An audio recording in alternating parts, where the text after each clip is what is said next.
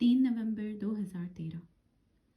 کبھی کبھی ایسا محسوس ہوتا ہے کہ اداسی غلبہ پا لے گی۔ مجھے ایسا لگتا ہے کہ چاہے میری زندگی میں کتنی بھی اچھی، کتنی بھی خوبصورت چیزیں ہو جائیں، وہ کبھی بھی اس چیز کا متبادل نہیں ہو سکتی جسے میں نے کھویا ہے۔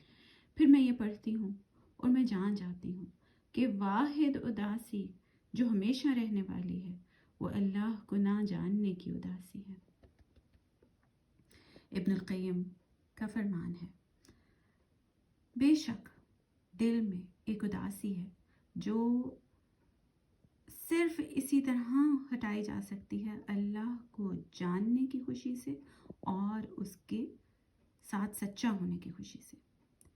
اور دل میں ایک خلا ہے جو صرف ایسے ہی بھرا جا سکتا ہے اللہ کی محبت سے اور اس کی طرف پلٹنے سے اور ہمیشہ اسے یاد رکھنے سے۔